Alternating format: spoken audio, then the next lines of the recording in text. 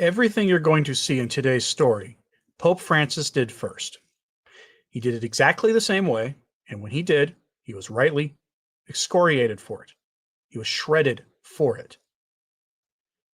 There is a reasonable, entirely understandable desire among Catholics right now to take a wait-and-see approach with Pope Leo XIV. I had a negative reaction to him when he first emerged on the loggia. I had a very gut-feeling sense of, frankly, doom. Couldn't explain it, but it reminded me of what people said when they saw Pope Francis. However, I took a break, went and did things with family, prayed a full rosary with my wife, and had a good conversation with a friend, and decided to take a wait-and-see approach. But I was not terribly good at putting on the happy face that many of you have put on. You could generally tell that I was uneasy with him, but I gave him a chance. I warned people, if there was any kind of deception going on, or if we were wrong in assuming he would be different, we would know very quickly. And it would happen with the appointments, because those happened first. And if the appointments were good, then after that, we would find out with his encyclicals, which have yet to come. We then got a few appointments. We got a nun who looks like she's out of central casting for a James Martin type librarian to head or be the second in command at a dicastery that oversees religious. And I got messages from religious saying that they were basically going into panic mode over that appointment. I'm not exaggerating the kind of emails I got afterwards. And we got this story. The Pontifical Academy for Life was subverted under Francis for frankly, evil purposes. It was used to try to put a Catholic face on the culture of death. And that's not changing.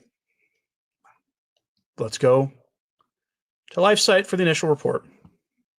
Headline: Archbishop Paglia replaced as head of Pontifical Academy for Life. The new president of the Academy is on record as having defended the use of contraception in certain cases in marriage. And it is always, and that's not even the worst of it, but it's always the certain cases that is where they get you. That is where Amoris Laetitia was, for the divorced and remarried with certain cases. And then the certain cases became the standard practice. It was the footnote from Argentina. Well, it was the interpretation from Argentina that to a certain controversial footnote in Amoris Laetitia that got the Vatican to say this is the only correct interpretation, which was opening up and allowing sacrilegious communion. Always with a statement of, this is the church's teaching, what it believes, but in practice, we're going to do something else so we can be nice to people. We're going to go over this from several different sources because it doesn't get better as the story goes on. Archbishop Vincenzio Paglia has been replaced as president of the Pontifical Academy for Life after nearly 9 years as its head, with his former right-hand man being named president by the Vatican today. Interesting phrasing, by the Vatican today. Who do you think is the one who makes that call in the Vatican? The former chancellor of the Pontifical Academy for Life, Monsignor Renzo Pagaro, will replace Paglia, whose record on several issues pertaining to life and family were cause for controversy. Last week, Pope Leo XIV announced that Paglia was to be replaced as Grand Chancellor of the Pontifical Theological Institute John Paul II for the Sciences of Marriage and the Family, with Cardinal Baldassare Reina named in Paglia's place. Speaking to Italian newspaper La Stampa on Monday, the 80-year-old Archbishop confirmed his additional resignation from Pontifical Academy for Life after he turned 70, and he goes into the standard operating procedure for that. Pagaro, the new head, emphasized his focus on the issues of global bioethics, dialogue with the scientific disciplines, according to the transdisciplinary approach indicated by Pope Francis, artificial intelligence and biotechnology, and the promotion of respect and human dignity for life in all its stages. Some of that sounds Catholic. I'm going to warn you, this is a gigantic red flag. Global bioethics. Go back to 2020. What do you think that means? Pagaro has been described by some sources close to the Vatican as reliable on ethical issues. In 2022, he commented about other Pontifical Academy member support for the state laws allowing medical professionals to help people remove themselves from this realm of existence, and the likelihood at the time that either such a law or The one where you're not being helped along, you're being done against your will, law would be legalized in France. He admitted that it seemed a foregone conclusion that one of the two would be legalized, and that of the two, the one where you decide to do it with the help of professionals offered more safeguards. The lesser of two evils argument taken to its logical conclusion. And this is a sanitized version of the article of the story because it actually gets much worse than what LifeSite's saying here. However, the Monsignor firmly outlined that both options were opposed to Catholic teaching. Let's actually go a little bit further back. So we go a little further back to Pontifical Academy of Life for retweets article on changing church's contraception ban, published in 2023 by LifeSite. The Pontifical Academy for Life's Twitter account retweeted a Wall Street Journal article about changing Catholic teaching on contraception. The article, titled "Is the Catholic Church Rethinking Contraception?" lays out the debate between the Church about changing the teaching on it. It was retweeted by the Pontifical Academy for Life on December 30th, 2022, and represents the latest scandal of heterodoxy by the increasingly dissident Vatican organization. Francis Roca, the author of the Wall Street Journal essay, gives an overview of the current discussion on the Church's contraception ban. Under Pope Francis, who has encouraged debate on a number of questions previously considered closed, including divorce and the James Martin lifestyle, the Church at its highest level is now debating the morality of contraception, more than half a century after another pope was supposed to have handed down a definitive statement on the matter, he wrote. The author of the article points out that both sides in the debate agree that what is at stake isn't merely a particular prohibition, but the Church's wider approach to sexual and medical ethics. He notes that Pecoraro, the now head of the PAV, who suggests that the possibility of transmission of life in the marital act may be in conflict with other values worth protecting. He argued that contraception may be permissible in the case of a conflict between the need to avoid pregnancy for medical reasons and the preservation of a couple's sex life.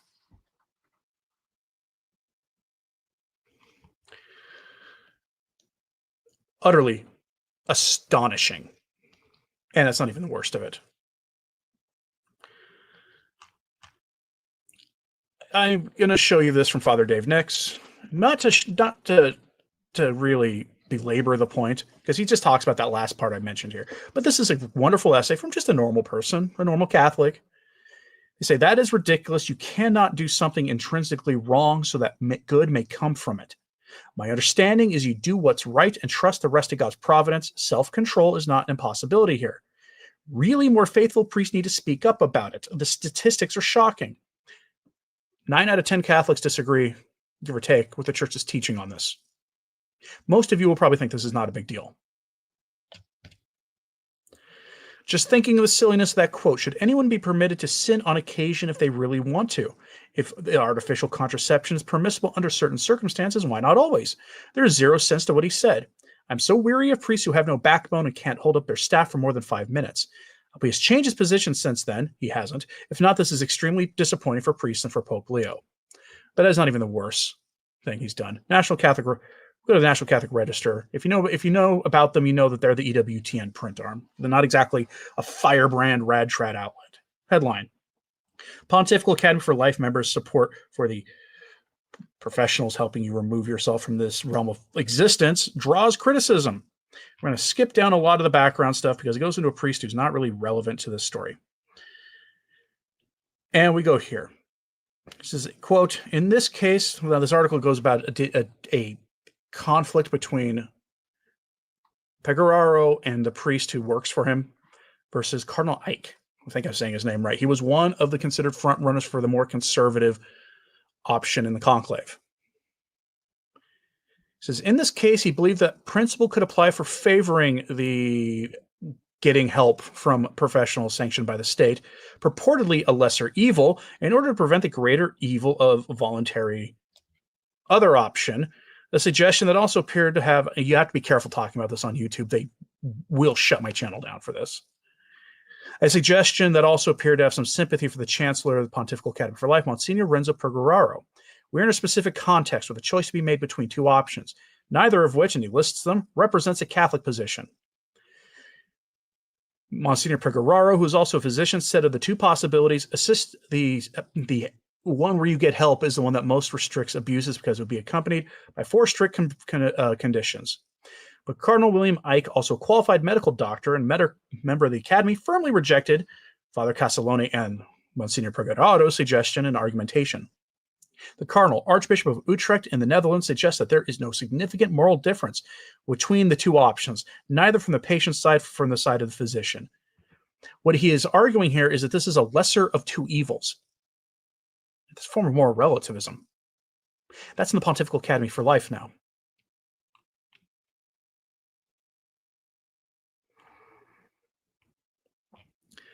This should shock nobody. This is what has happened. And you're seeing people who had been very, we'll say, pro-Leo in the first few days chiming up. Deacon Nick Donnelly. New president of Pontifical Academy for Life has expressed support for this diabolical thing. Supports it as the lesser of two evils. It's not Catholic thinking. Lesser of two evils is rarely Catholic thinking.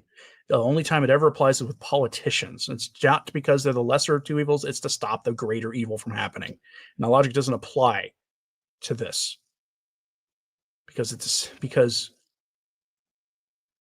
it's widely considered a sin against the Holy Ghost to do the act like that.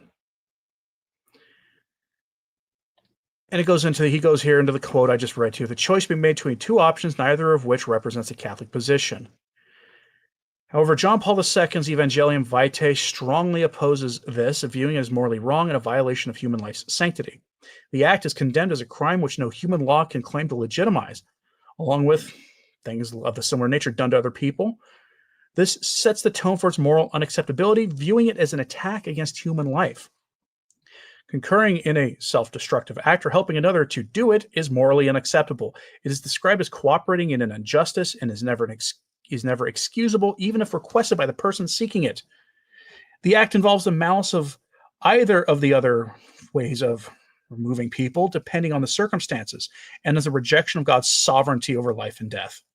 Evangelium Vitae teaches that this question here is morally wrong and absolutely unacceptable, equating it to the same level as the other option as a grave offense against the sanctity of life. It rejects the act as a part of the culture of death, driven by cultural shifts that devalue suffering and prioritize autonomy over God's sovereignty. The encyclical culture of life that affirms the dignity of every human being, advocating for palliative care and conscientious objection by healthcare professionals. And he's not wrong. He isn't wrong about that. This is the kind of thing that we have to oppose. Nick Donnelly further says some positions taken by the new president of the Academy for Life. Again, he supports it as the lesser of two evils. Well, I'm sorry, that's heresy. And support for married couples using contraception too, because it'll make their private lives unbearable if they can't engage in the act. Have we fallen so far from the communion of saints that we forget Our Lady and her chaste spouse, the example they give us? Have we fallen so far from that? You cannot square this, as he says. There's no hermeneutic of continuity here between him and even John Paul II. We're talking 20 years, folks. 30 years since the document, but 20 years. There's no continuity here. This is rupture. And this is going to lead to a very, very, very dark place. Because there was talk for years out of Rome that they were going to readdress Humanae Vitae. The one unequivocally good thing Paul VI did was Humanae Vitae. And there has been talk from Rome that they're going to address the document. This is from the Big Modernism Substack. Been citing them a lot lately. If you're on Substack, go give them a follow. I'll have a link to this piece in the show notes at returntotradition.org today. Headline: Academy for Death. Leo XIV appoints an advocate for absolute evil to head an office that's supposed to defend life. With Monsignor Renzo Pigurado's promotion, the Pontifical Academy for Life is now openly run by those who oppose its very name. This isn't continuity. It's certainly not continuity with what came before Vatican II, but this isn't even continuity with what came before Pope Francis.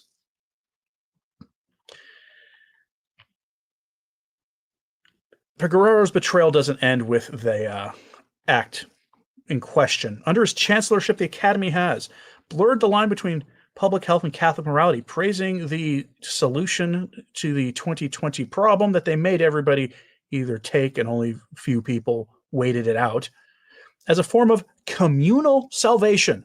That's him. You've heard that phrase before. Communal salvation in relation to the mess in 2020. He was the one for that.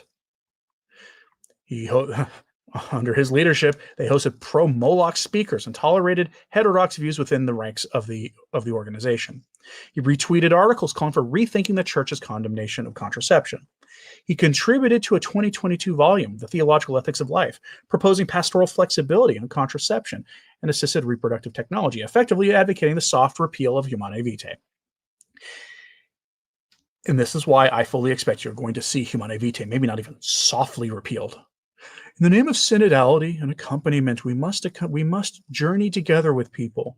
We will reaffirm the church's teaching on this, but we must accompany people where they are, meet them where they are, and journey together. I just predicted to you what that's going to look like when it happens in the next 5 years, whenever it is. In short, his academy has not only ceased to defend life, it has become a laboratory for moral relativism. There was a book they published in 2022, which Guerrero helped organize, including essays explicitly questioning whether Humanae Vitae's teachings on contraception could be reevaluated in light of lived experience. This is modernism, the heresy of modernism, as defined by Pope St. Pius X in Pascendi Dominici Gregis. He explicitly says lived experience. Doesn't say the word lived experience. That's a 21st century phrase. But the concept of lived experience is described there as the part of the core heresy of modernism. That morality is flexible, and that truth of religion is flexible based on individual perceptions. These proposals were not published by secular dissidents. They're published by the Vatican's own bioethics arm. He has participated in multiple conferences discussing all these kind of weird technologies for IVF. He's advanced a technocratic ethic that sees such medicine not through the lens of natural law, but through modern utility, utilitarianism, an anti-Catholic ideology. The emphasis is no longer whether technique violates God's plans for marriage and having kids. It's whether it serves human autonomy, alleviates suffering, or reduces psychological trauma. There's your new Pontifical Academy for Life head. He lamented that the idea that technology can offer a solution without trying to resolve the real problem of infertility could lead to missing solutions, but his critiques are anthropological, not theological, meaning he's using social science, not theology. It would be a little bit like me being a trained political scientist if I were to say, make an argument about the migration issue today using pure political science instead of human dignity and other such things the church teaches. So the doctrine of the church, even reaffirmed in post-conciliar documents like Donum Vitae and Dignitatis Persona, declares that all techniques which disassociate basically having kids from the act by which you get them is intrinsically immoral. His work subtly reframes his teaching as a question open to debate, and it is not a question open to debate.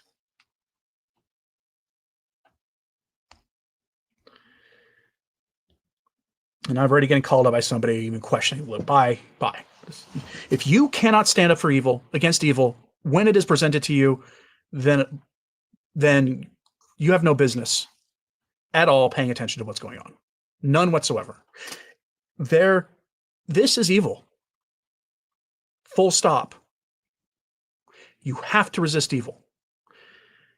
Again, St. Vincent of Lerins, 4th century, during the Arian heresy, said, no matter what office they hold in the church, you are to resist those who promote innovation, who promote novelty, and you are to cling to what has always been taught. Man should be a doctor of the church.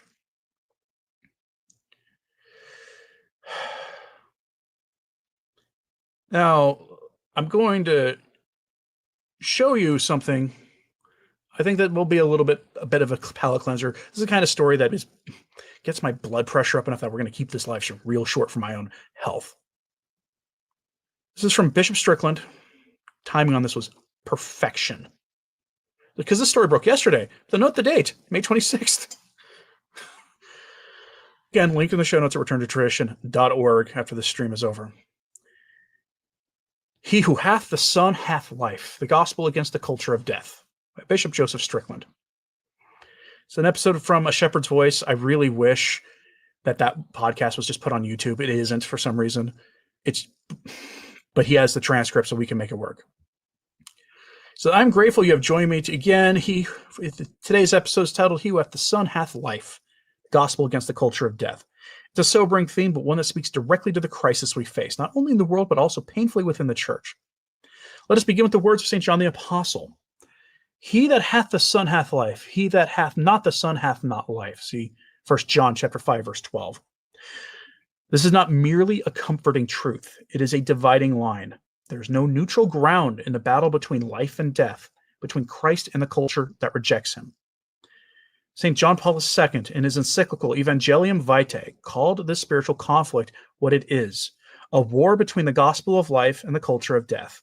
He wrote, "We are confronted by an even larger reality, which can be described as a veritable structure of sin. This reality is characterized by the emergence of a culture which denies solidarity, and in many cases takes the form of a veritable culture of death." This is no less true now than it was when he wrote these words in 1995. In fact, the culture of death has only advanced, now cloaked in words like healthcare, rights, and even more blasphemously, charity. Pope John Paul II went on to say, "The sacrifices to Moloch of both varieties are thus crimes which no human law can claim to legitimize. There is no obligation in conscience to obey such laws. Instead, there is a grave and clear obligation to oppose them by conscientious objection. Laws that legitimize the direct removal of innocent human beings through the sacrifices to Moloch are in complete opposition to the inviolable right to life proper to every individual.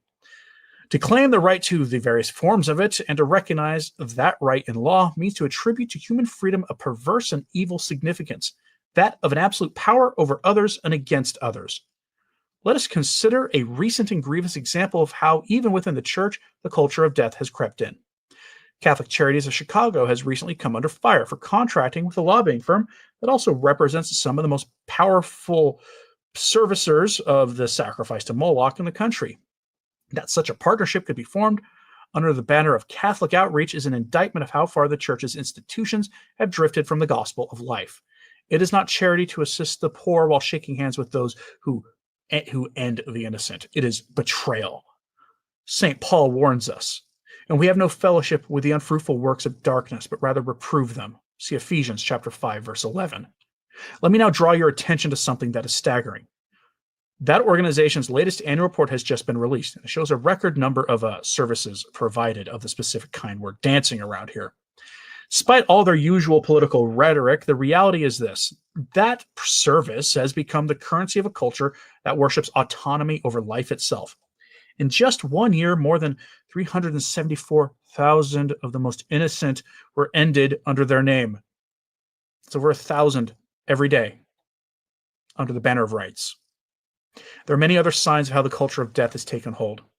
For example, the UN recently pushed for universal access to this under the label of such rights, pressuring countries with sensible laws to change them.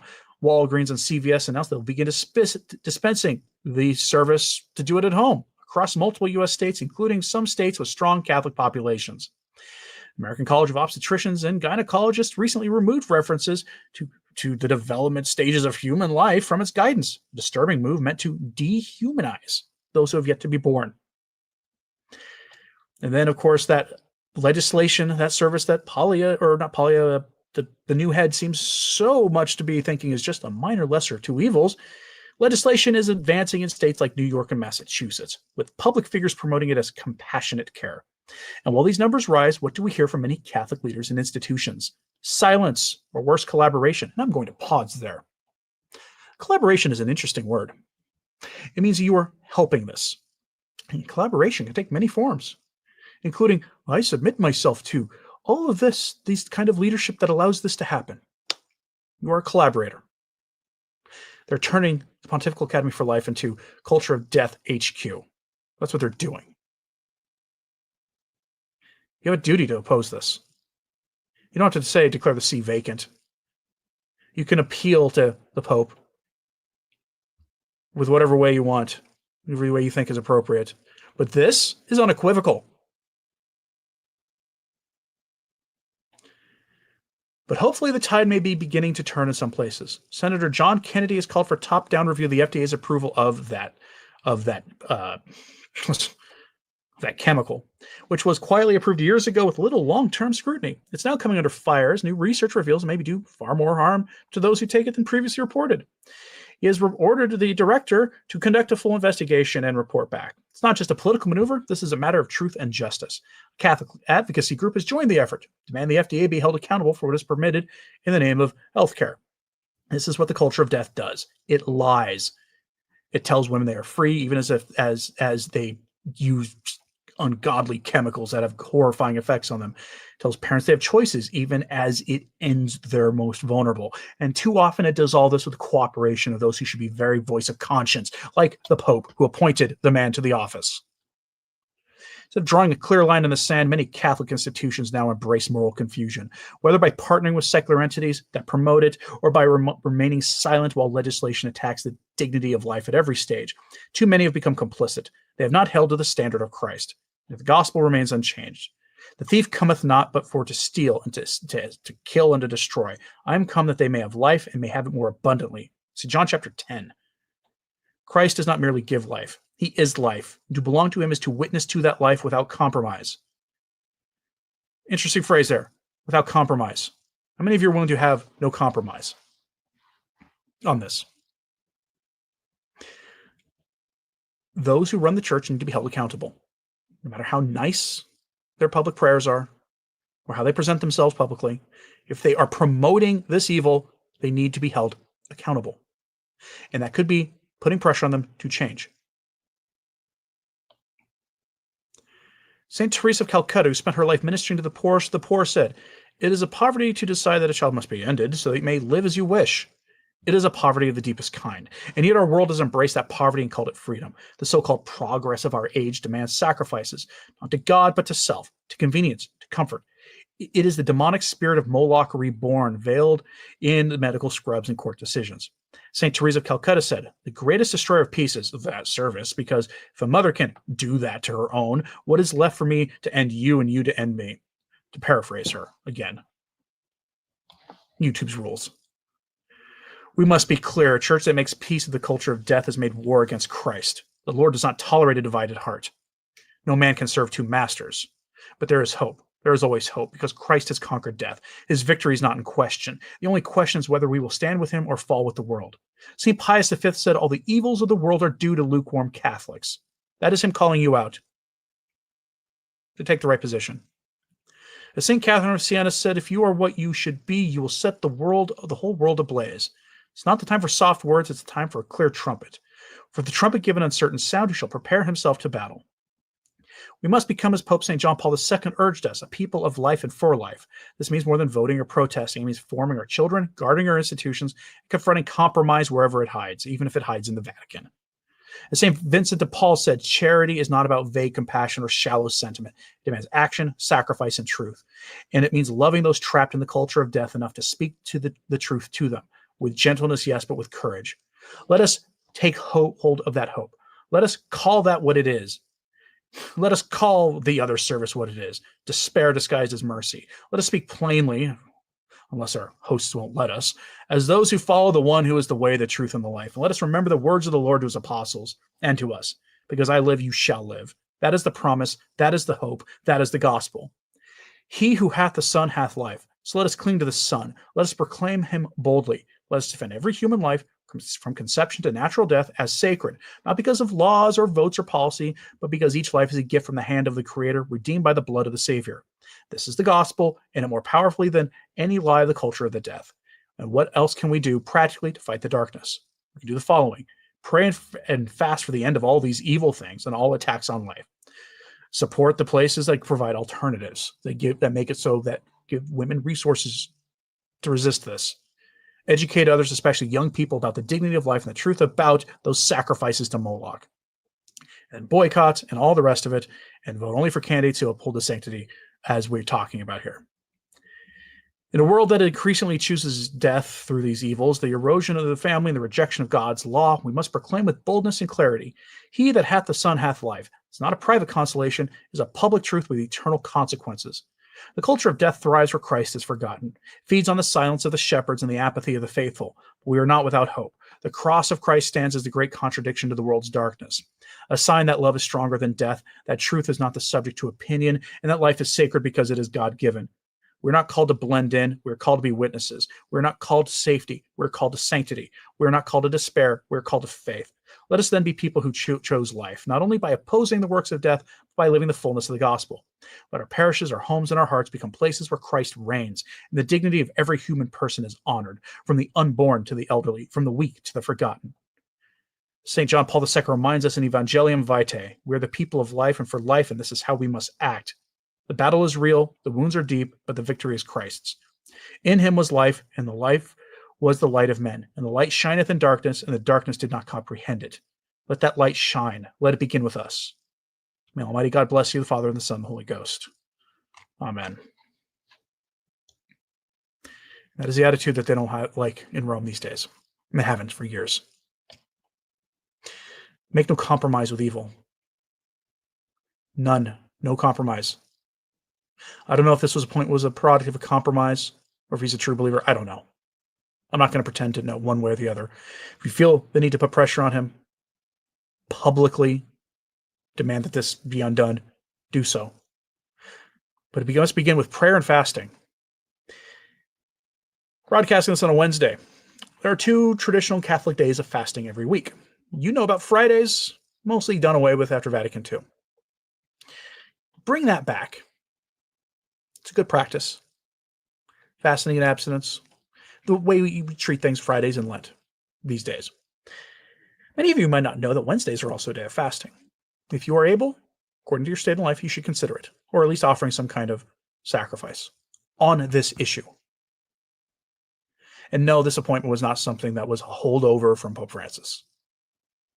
We're well past the point where that's a logical argument. Every appointment in the Roman Curia of any leadership position goes on hold when a pope passes away. Every single one of them. The first day Leo XIV was in office, he said that every position in the Roman Curia, every one of Francis's appointments, were going to remain, at least for the time being. On paper, that's fine. That's a standard operating procedure, except for the fact that Pope Francis was, we'll say, an unusual claimant to the throne of Peter. Fernandez is still there. Most of these guys are still there. I'm curious what people... Yeah, Judith McRae had tried to put a comment about something related to the 2020 solution, and it didn't even show up. Nope. It's like I told you, got to be careful on this platform. Do we fast during Eastertide? Probably not normally. I mean, you can on Fridays. In the octave of Easter, no. But you can. People typically pick their Friday abstinences and fastings back up on Fridays, even in Eastertide. But even then, we're in an unusual circumstance. I think in unusual circumstances, since the salvation of souls is the first law of the church, that applies here. Catholic Hearts of the Super Chat, thank you, sir. End this modernist revolution with a holy face devotion. Arise, O Lord, and let thy enemies be scattered, and let those who hate thee flee before thy face. Yeah, I'm being given a lot of materials these days about the holy face devotion, and it might be the solution to this. So is wearing the brown scapular and doing things above and beyond the Sabbatine privilege. Sister Lucia spoke about this to a priest that I covered a couple of years ago here, and a lot of people didn't refuse to believe me when I gave you the audio clip of the priest himself saying that he spoke with Sister Lucia in the 1950s face-to-face. It was very hard to even get that meeting by then, by the way. And she said that part of the Fatima message was wearing the brown scapular and praying the little office of the Blessed Virgin Mary, and that this was above and beyond the Sabbatine privilege. You should consider doing that as well. Little Office of the Blessed Virgin Mary, I recommend the edition published by... That gold writing is worn off on mine. Published by Angelus Press. It's the 1962 edition. Pray all the hours every day. Doesn't mean you have to get up in the middle of the night to do it, but pray the hours every day. Most of the hours, each hour takes about 3 minutes, except for Matins, Lauds, and Vespers. The rest of them are pretty short. Do so. Pray a rosary every day. Work past what we call the children's rosary. Again, most people don't know this. 5-decade rosary used to be called the children's rosary, and that adults were expected to pray 15 decades a day, or 20 if you're someone who does the optional luminous mysteries, because it was optional. Most people don't know that. I'm not one who's going to come down on you, take a side in that silly fight. But pray a rosary every day. Up your prayers, up your fastings. This is not a joke. Appointments like this are not a joke. They're a mask-off moment. Traditional Catholic says this Pontifical Academy appointment points towards a Lambeth Conference of 1930 and looks worse than synodality. And I'm working on something here, gathering my resources on this. Synodality is a heresy. It turns out it's a heresy because it destroys the hierarchy of the church. And the hierarchical nature of the church is a matter of dogma. That's what synodality does. We are in a very, very rough place. Robert says, wait, I've been doing the 5-decade rosary. Didn't know there was a 15 one. A 15-decade rosary is simply doing in order the joyful sorrow and glorious mysteries. You don't have to do the prayers at the end of the rosary before you go on to the next set of mysteries. That's all it is. Doing it is one thing, even if you break it up over the course of the day. Bible scientist, is this an RCC channel? If Catholic, yes. And if you're not a Catholic, you should become Catholic and stop dancing around things. But this is the time, folks. Stop messing around. Stop taking things at face value. It's pretty clear that we're in a serious position right now. I'm curious what you all think about this, though.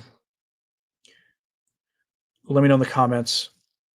And one thing that you can understand here is, it's funny, not the biggest fan of Bishop Robert Barron, but he had there's one thing he had from a talk I remember years ago, and it's always stuck with me. He always talked about how he used a French term, and I'm not going to ruin the French language by trying to pronounce it, but he talked about how he loved debates because he loved the joy of the battle. This is not a time to despair when talking about this stuff. Yeah, you can get angry. Obviously, I was angry when talking about this, but you can embrace the joy of Christ and embracing the joy of battle without losing your head or your soul. And to do that, you have to be anchored in prayers and fasting. Philip says, RCC, yes, is used by non-Catholics to question the Catholic Church's universality and authority and has a derogative connotation. The Church refers to itself as the Catholic Church. Yes, I know that. A lot of Protestants have zero respect for the Catholic Church and believe some wild fan fiction about the history of the Church because they believe that many of them, not all of them, not the ones of goodwill, it's not directed at you who might be watching who are of goodwill, but there are ones who are believers in the Pastor Bob thesis, I think, or Pastor Jim thesis. There's a meme out there, I wish I had it handy, that shows, a very American frontier-looking white guy kneeling before a tree bearing a Bible, and the caption of it always reads, Pastor Jim buries the last copy of the King James Bible right before being arrested by Constantine's Catholic soldiers. Absurd. But there are people who believe that. They believe essentially that the church went underground for 1,500 years and didn't reemerge until Pastor Bob's one true church next to Buffalo Wild Wings in the strip mall emerged. I mean, they believe silly stuff like that. I'm curious, though. Let me know what you think about this in the comments. And pray for the Pope. And pray for those running the Pontifical Academy. This should be something that motivates you to positive action and not despair. As Traditional Catholic says, I am not despairing. He says Christ always wins in the end. And always remember that. And bye, Bible scientist. You're one of those fan fiction believers. I don't tolerate all that nonsense in my comment section. But please pray for all the figures we spoke about today, including the trolls in the comments who were trying to lead people out of the one true church into Pastor Bob's place that has a Starbucks in it. I'm Anthony Stine.